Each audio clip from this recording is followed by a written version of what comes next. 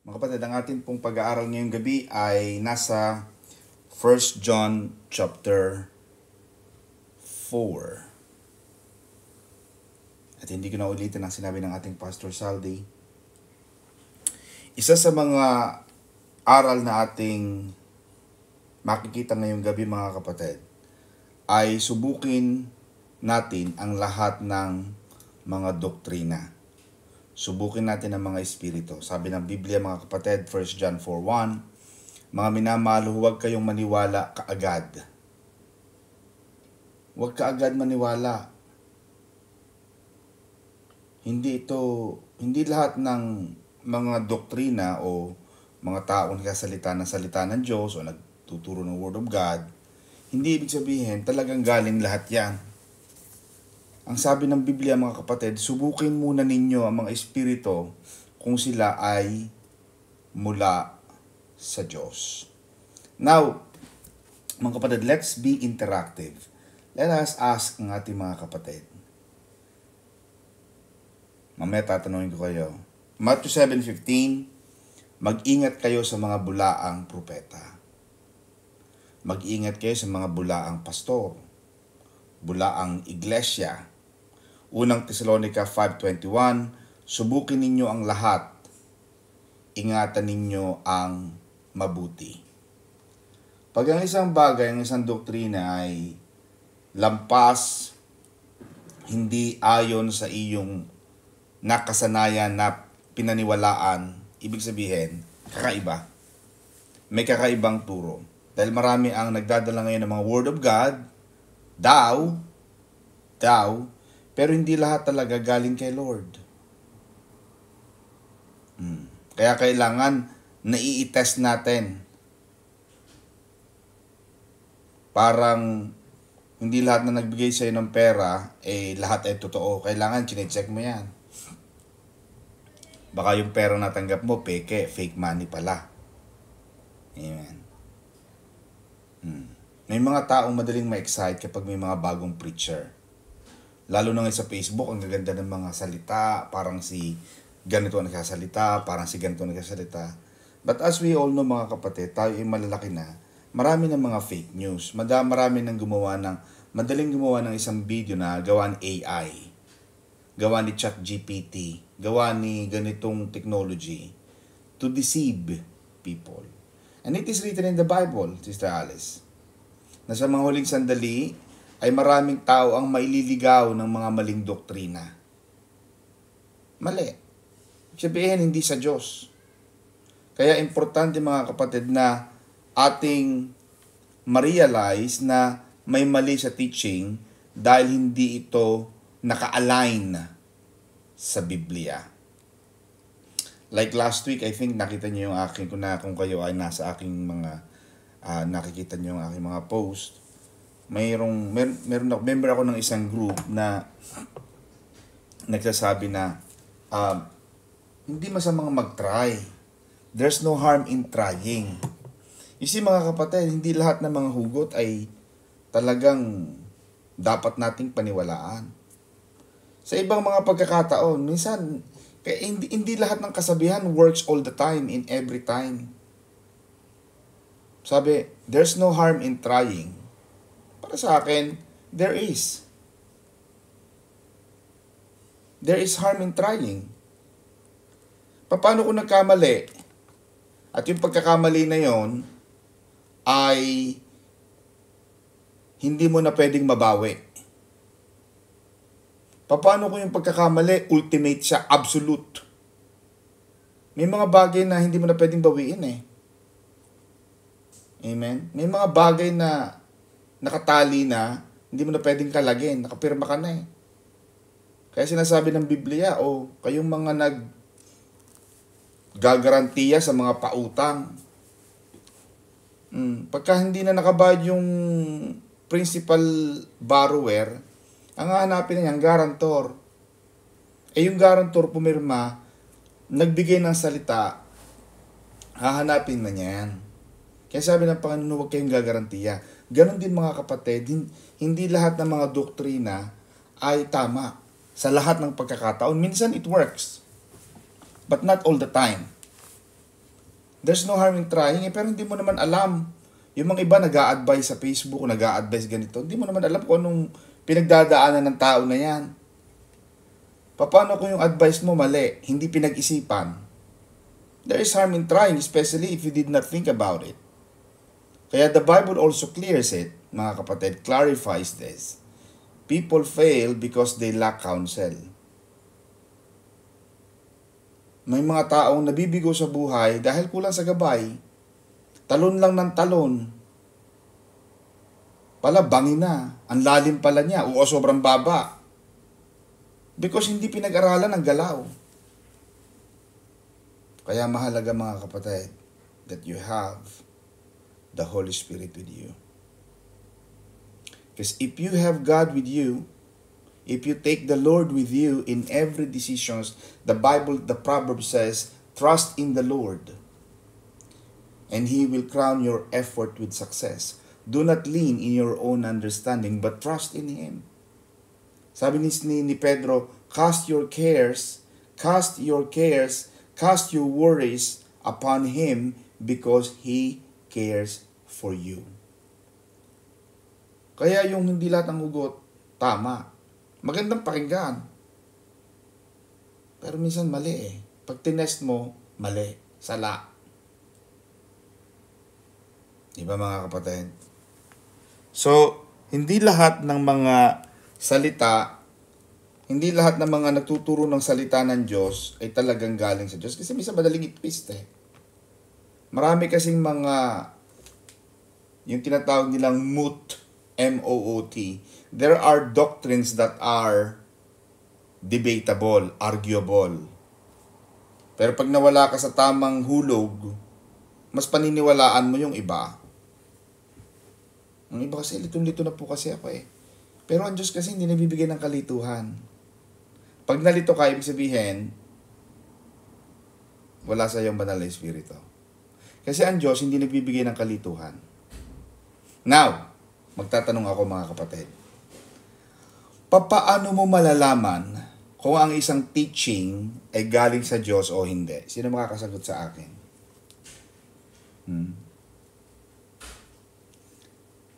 Hello? Sino itong iPad? Napakaganda ng kanyang pangalan. Alam mo ba, Atin, may nagpangalan ngayon ng bata, Toyota. Aba, nung bibinyagan ng pare, bakit Toyota ang pinangalan mo? Sabi niya, Father, bakit naman po hindi? Meron nga pong Mercedes. Oo nga naman.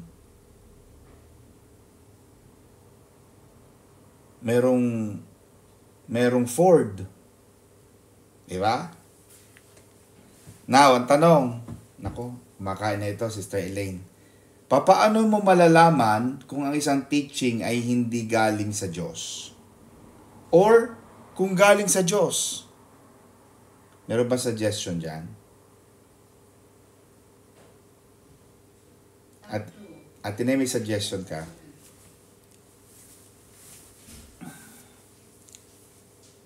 Sister Antelita, may suggestion po kayo. Paano mo malalaman na ang isang teaching ay galing sa Diyos o hindi? Sige.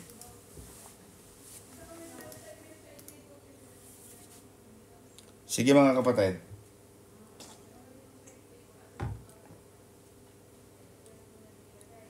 Paano natin malalaman? Hindi ito galing sa Lord. Ibig sabihin, malalaman mong hindi galing sa... Meron bang suggestion? Sister Alice, Sister Mercy, Sister Gloria. Sige, mag-suggest kayo mga kapatid. Maganda meron tayong... Go ahead, Sister Net. Try ko po. Try lang po.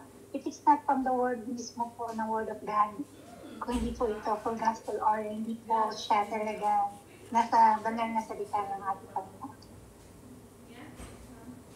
Okay? Maganda rin yan. Pag hindi galing sa Lord, baka hugot lang. Baka ang gandang pakinggan. Di ba? Oh. Pero hindi talaga galing sa Lord. Sister Antelita, meron po kayong suggestion. Paano natin malalaman kung ang isang teaching ay galing sa Diyos o hindi.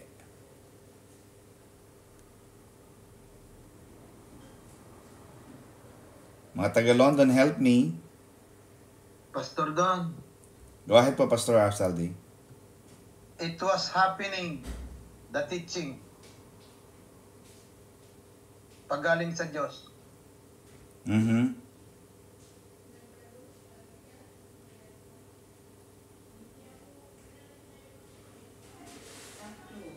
Hirap yung tanong na yun, di ba? Di ba? Paano natin malalaman na ang isang teaching ay hindi galing sa Lord? Maraming magagaling mag-preach. In fact, Apostol Pablo, sinabi ni Apostol Pablo, mga kapatid, sa Galatians chapter 1 verse 8, ngunit kung kami o ang isang anghel mula sa langit ang mangaral sa inyo ng ebanghelyo na iba sa ipinangaral namin sa inyo, hayaan siyang sumpain. Ibig sabihin, mga kapatid, kung ang teaching ay salungat o binabago ang malinaw na sinasabi ng scripture, sabihin, hindi yan ang sabi ng Lord eh. In fact, pag binasa mo, Sister Giselle, when Jesus was tempted by the devil on the mountain, the devil also mentioned or memorized the word. Sabi ni Satanas, sabi ng demonyo kay Jesus, sa Panginoong Jesus, tumalong ka. Kasi sabi ng Biblia, pag nahulog ka, aalalayan ng mga anghel ang iyong mga paa para hindi ka matisod. The devil understands the Bible. But hindi ibig sabihin that word came from God. Amen ba, mga kapatid? May mga tao nagtuturo na kahit hindi mo tinatanggap si Jesus, ay magkakaroon ka ng kaligtasan. May mga tao nagsasabi na, hindi lang naman si Jesus ang daan eh. Maraming paraan para maligtas. But it is a total, absolute contradictory to the very words of God in John 14:6. Ang sabi ng Biblia, I am the way. Ako ang daan, ako ang katotohanan at buhay. Yun ang sinabi ni Jesus. Ibig sabihin, nag-iisang daan. Hindi sinabi ni Jesus na meron pang ibang daan maliban sa akin. Ang sabi ni Jesus, malibang dumaan kayo sa akin, sabi ng Panginoon, hindi kayo makakarating sa Ama. Sinabi ni Jesus yun with absoluteness. Wala siyang sinabing any option. Siya lang. Amen? Pwede niyang sabihin na, isa ako sa mga daan, isa ako sa mga buhay, isa ako sa mga liwanag. Pwede niyang sabihin yon, pero hindi niya sinabi. Okay, mga kapatid? 1 John 4:2-3, makikilala ninyo ang Espiritu ng Diyos. Bawat Espiritu nagpapahayag na si Jesucristo ay naparito sa laman ay mula sa Diyos. Tanungin ninyo ang kausap nyo. Naniniwala ba sila? Ano ang tingin nila kay Jesus?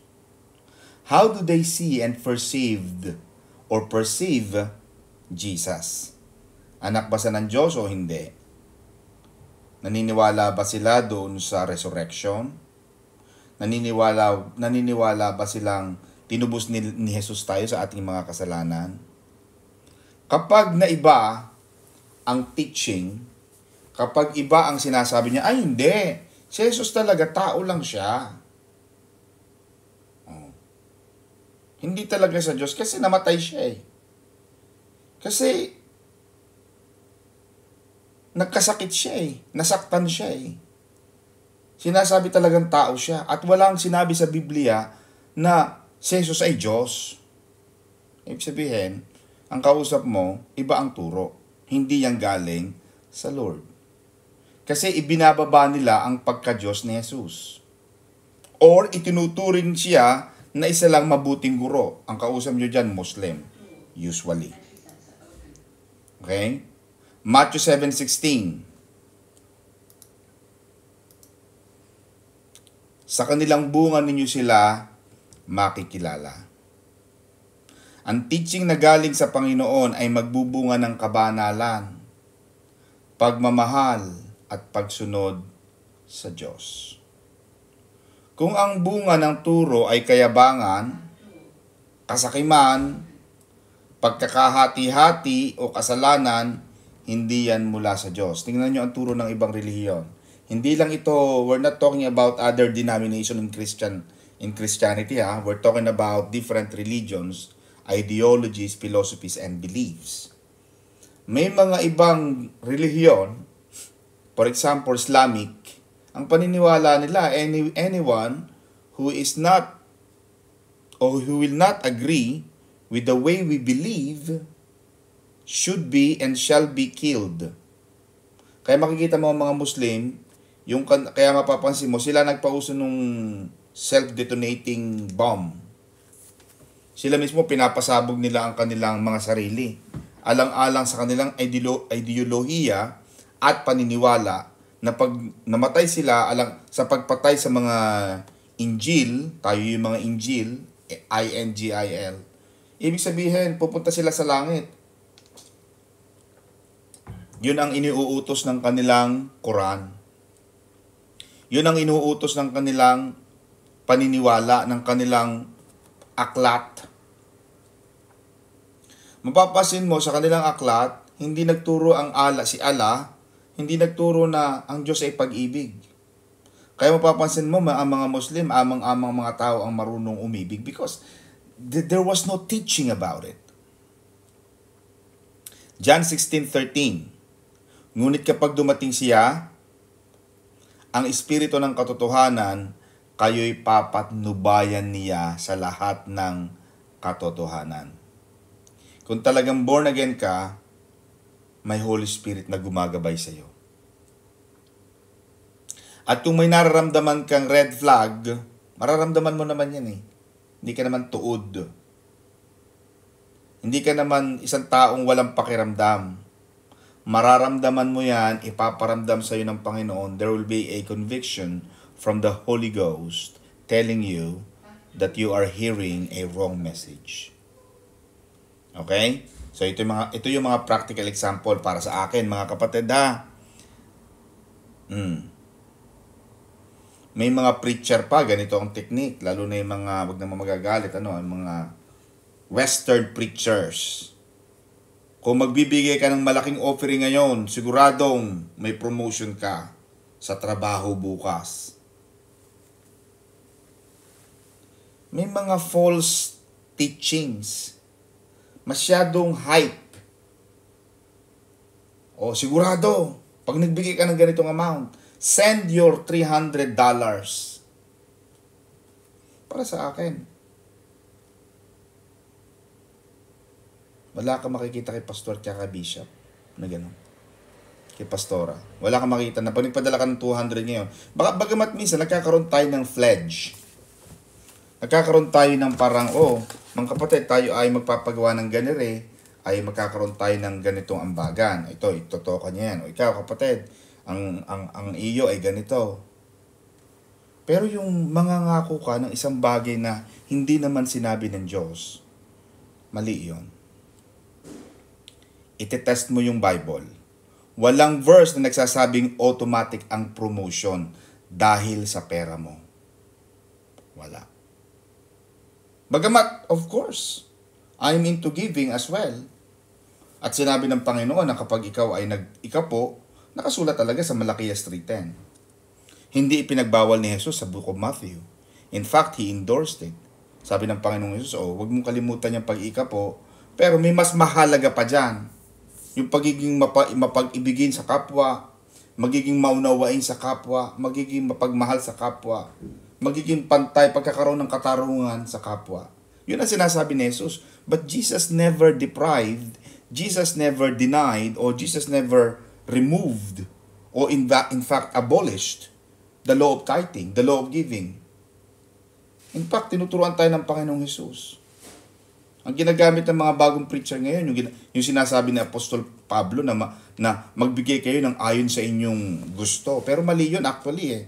if you use the teaching of Paul against the lens of the teachings of Jesus, taliwas sila eh. But actually, magkarugtong. Pwede mong idugtong yung sinasabi ni Apostol Pablo na magbigay ng ayon sa ganansya ng iyong puso. Magbigay sa ayon sa tibok ng iyong puso. Pero hindi yun ang tinuturo ng Biblia eh. The Bible really clears it should be 10%.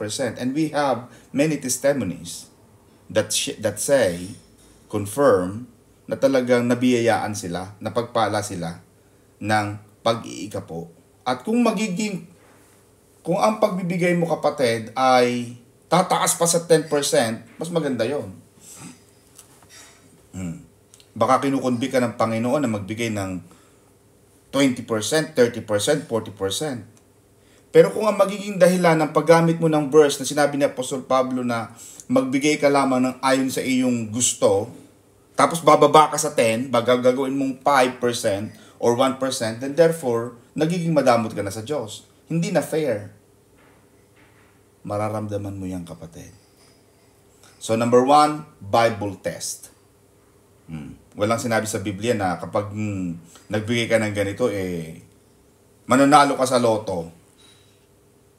Diba? Jesus test.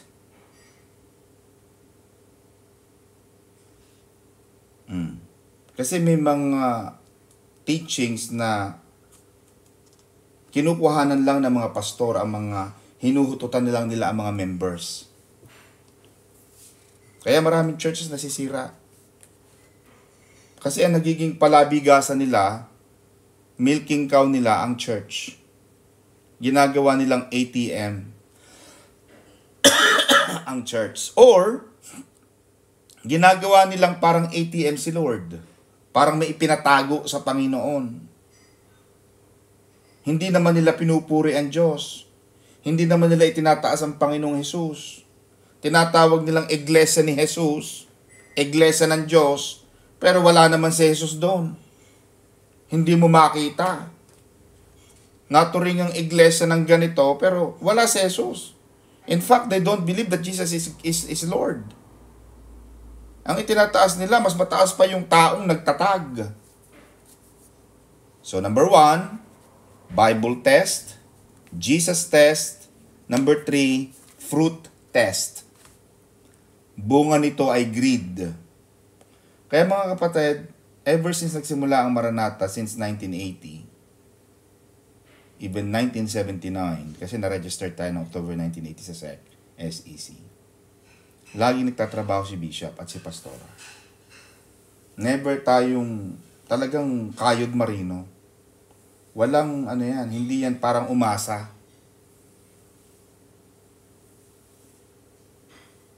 Pero tingnan natin ang bunga na nagtuturo. Tama ba? Kaya yung bunga, titingnan. Kaya nakikita ang bunga, nakikilala ang bunga sa pamamagitan ng puno. At makikilala mo sila sa pamamagitan ng bunga. Holy Spirit test. Mararamdaman mo sa sarili mo kung ang teaching ay minamanipulate. Okay? So doon natin malalaman mga kapatid na ang isang teaching ay hindi galing sa Diyos. Una, sino makakapagsabi ng una mga kapatid? Bible test. Pangalawa, Jesus test. Pangatlo, fruit test. Pang-apat, Holy Spirit test. Pakiramdaman mo ang sinasabi ng puso mo. Amen? Papatuloy tayo mga kapatid. Ang Diyos ay pag-ibig. Verses 7 to 12, ang Diyos ay pag-ibig. Ang nananatili sa pag-ibig ay nananatili sa Diyos. Ang sabi ng mga tao, I love the Lord. Sister Ne, how can you say you love the Lord? Galit na galit ka sa kapatid mo. Naiinis ka sa bianan mo. Naiinis ka sa asawa mo. Mas mabuti pa ibang tao. Sa ibang tao, nakangiti ka. Sa pamilya mo, mukha kang, diba? May mga taong ganon. Mas maganda pa sa ibang tao, pero sa pamilya, sa asawa, sa mga anak, sa mga magulang, never, don't do that. Kasi sinasabi ng Biblia, ang Diyos ay pag-ibig eh. Diba? Romans 5:8, ipinakita ng Diyos ang kanyang pag-ibig. Nang dahil sa pag-ibig, dadadadadadan. Diba? Nang dahil sa pag-ibig, mahal tayo ng Diyos. Kaya kung mahal ka ng Diyos, kung mahal mo ang Diyos, abay, nang dahil sa pag-ibig.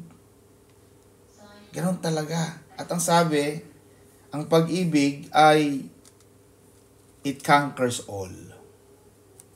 Pero hindi sinasabing magpaloko. Ibang klase ng pag-ibig yung. Iba rin yung katangahan. Ha? Mga kapatid. Ang pinag-uusapan natin dito ay pag-ibig na nagmumula sa Diyos. Ibig sabihin, lahat ng ginagawa niya ay rooted sa kanyang pag-ibig kahit ang disiplina ng Diyos. Kahit yung pagpalo ng Diyos sa atin, ng Panginoon, pagsaway, pag-ibig din yun. Mahal kita anak eh. Di ba minsan maiisip mo rin natin eh, pag isang nag-usap ko yung Kuya Dick, alam mo, pag hindi natin pinagsabi yung anak natin na yan, ako, ilalaking ano yan. Kaya kailangan, ngayon pa lang, magdesisyon tayo, Dick. Mahal natin ang mga natin. Mahal na mahal natin sila. Ngunit, hindi natin sila pwedeng hayaan na maging ganito sila, maging ganito sila. Mag-iisip kayong dalawa eh. Di ba? Hindi dahil galit ka eh, pero dahil mahal mo at gusto mong mapabuti sila sa kanilang hinaharap, sa kanilang paparating na buhay, gagawin mong lahat dahil mahal mo sila. Aba, ang mahirap eh, ang isang bata lumaki ng alam mo. Kaya ako, di ba may naalala mo atin yung isang preso na nasa death penalty sa Amerika? Nakwento ko na yan sa inyo sa Italy Sunday service.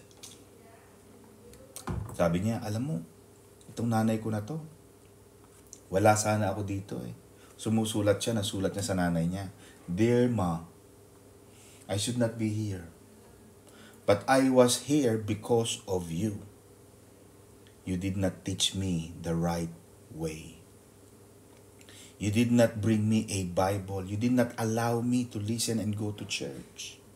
You remember one time, may isa akong kaklase na may baon siya. Sinabi ko sa'yo, kinuha ko yung lunchbox niya. Ano ang sabi mo sa akin? Kuhanin ko, kainin ko at wag kong sabihin. Noon lumaki-laki ako ng konti, nasa high school na ako, may kaklase ako, may bisikleta. Kinuha ko uli. Sinabi ko sa'yo, anong sabi mo sa akin? Halika, ibenta natin para may pera tayo. Noon lumaki-laki na ako, nagnanakaw ako sa bangko. Ninanakawan ko na mga kapitbahay natin. Ano ang sinasabi mo? Ipagbili natin para may pera tayo. Hanggang sa lumaki na lumaki ang bata, hindi naturuan ng tamang asal. Kaya tama sabi ng bata, I was here because of you. At yun ang pinakamasakit. Alam mo ang pinakamagandang pakiramdam ng isang magulang, yung makita niya yung kanyang anak ay naging totoong tao, nagkaroon ng valued, good qualities, good character. Isang taong ipagpipitagan, ipagmamalaki ng magulang. Isang kaligayahan na ng isang magulang ng kanyang anak ay naging mabuting tao. Hindi nang yung yaman. Huwag muna natin pag-usapan yung yaman. Kasi ang yaman naman, subjective yan. May mga taong kudkud na ng kudkud talaga. Magtanim ay di biro, maghapong nakayuko, nakuba na, ay wala pa rin eh. Talaga naman pudpud na ang kubita, ay hindi pa rin kumikita. Oh, di ba ga? Pero ano sabi ng Panginoon kay Pedro? Doon ka magkudkud. Itapon mo yung lambat sa bandang iyon. Makikita mo nandun ang mga isda.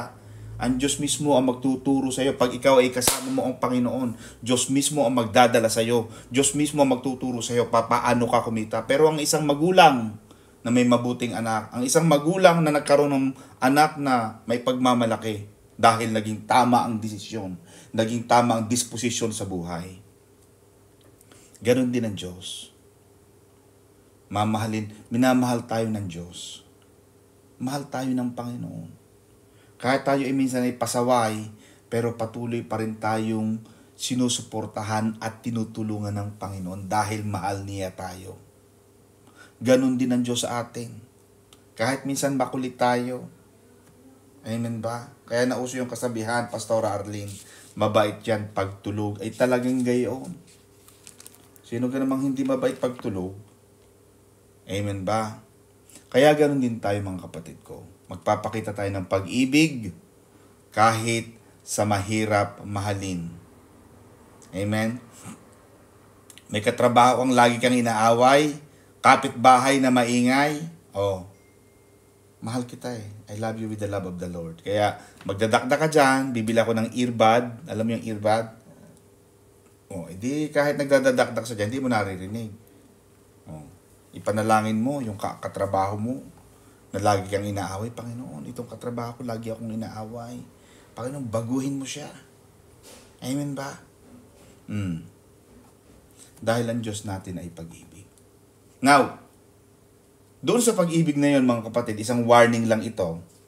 Huwag naman kayong maging bobis. Huwag kayong maging basahan. Na dahil sa pag-ibig, naging uto-uto. Abay mga kapatid, mag-iisip-isip din. Pag may time, isip-isip. Pag may time.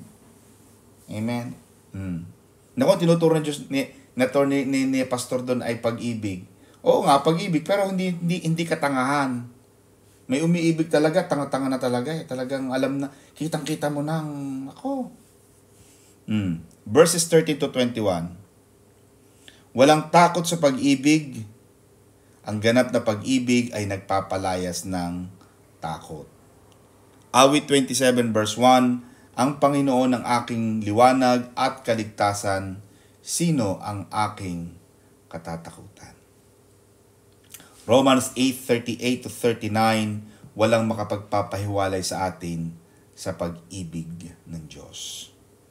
Ang takot ay bunga ng kawalan ng tiwala sa Diyos. Faith comes when you meditate on God's Word. Fear comes when you meditate on the enemy's lies and deception. Ang tao natatakot, laging takot. Akala ko nag-pray ka na. Akala ko nagpunta ka na sa simbahan. Nga po eh. Natatakot pa rin po ako. Therefore, wala kang tiwala sa Diyos. Isang malaking hampas at sampal sa Panginoon na ikaw ay nagsimba, nagpunta ka na ng iglesia ng church, nag-hali-hallelujah ka na dyan, nag-I surrender all ka na dyan, tapos takot ka pa rin. There are 365 times in the Bible, Atine, that says, do not worry, fear not, do not be dismayed. Paulit-ulit, 365 days, Sister Edith. 365 times. Ibig sabihin, every day of your life, God, Jesus is reminding you, do not worry. I've got this. Sabi ng Panginoon, huwag kang mag-alala. Ano ang magagawa natin? Kung sa tayo mag-alala, anong mangyayari? Wala. Sabi ni Jesus, ano pa magagawa sa pag-aalala nyo? Ni isang minuto sa buhay, hindi naman kayo makakapagdagdag niyan dahil nag-aalala kayo. Pero ano sabi ng Panginoon natin eh? Ang sabi ng Panginoon, in all your worries, may sinasabi ang Panginoon mga kapatid, at sinulat ko ito sa aking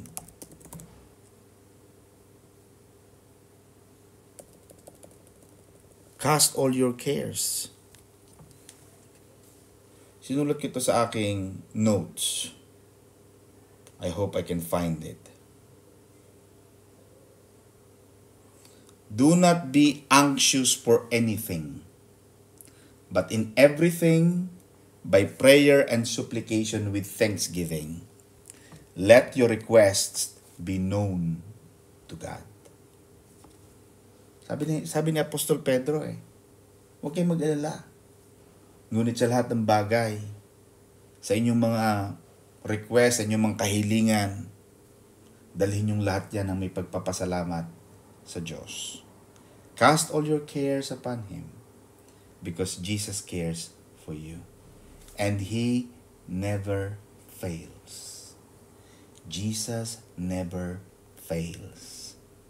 Amen. Isang bata ang natatakot mag-swimming, Atine. Pero nung hinawakan siya ng tatay niya, ang kamay niya at sinabing, anak, nandito lang ako. I'm here. Naging matapang yung bata. Hindi siya natakot dahil alam niya, his father won't let him go. Ganon din ang Diyos sa atin. Kaya tayo, wala tayong dapat ikatakot.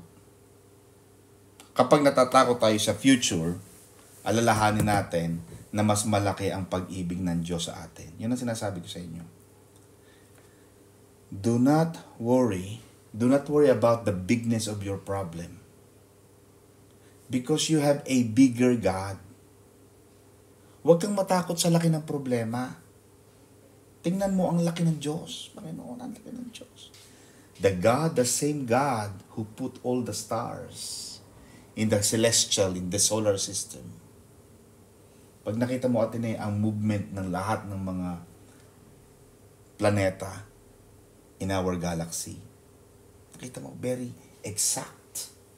Umiikot sila with precision. Wala kang nabalita natin na ang Pluto ay nakipagbanggaan sa Jupiter. Wala kang nakita na ang ikot ng Earth ay tumama sa Mars or Venus. The same God who put all these heavenly bodies with accuracy and precision is the same God who will not fail you. The same God who started the good works in you is faithful to the finish. Hindi ka pababayaan ng Panginoon. Dahil mahal ka ng Diyos. Panginoon, mahal mo ako. Panginoon, you love me. Panginoon, you said in the book, in the New Testament that I am seated with Jesus Christ in the heavenly places. Panginoon, nakaupo ako katabi ni Jesus na namumuno sa heavenly realms. And then you command the angels at you angels, start to work for me. Bring all the blessings for me. Go and bring the healing, the prosperity, open the deliverance, bring all the wealth of the world into my pocket. Lahat ng kasaganaan, lahat ng pag-ibig, lahat ng pagkakaisa, lahat ng kayamanan, halik kayo sa aming bahay. Because Jesus loves you. Jesus said, I came to give you life. Jesus did not say, oh, be miserable, be poor. But even the Bible, Sister Mercy says, let the weak say, I am strong. Let the poor say, I am rich. Dahil mahal tayo ng Panginoon. Amen? Palakpakan natin ng Panginoon mga kapatid. Pagpalain tayo ng Diyos. God bless you mga kapatid ko. We love you. And back to you, Sister Ne. Alam kong kahit nasa trabaho ka ay nandiyan ka kapatid. God bless you. Amen. Praise the Lord. Purihin po ang Panginoon sa mga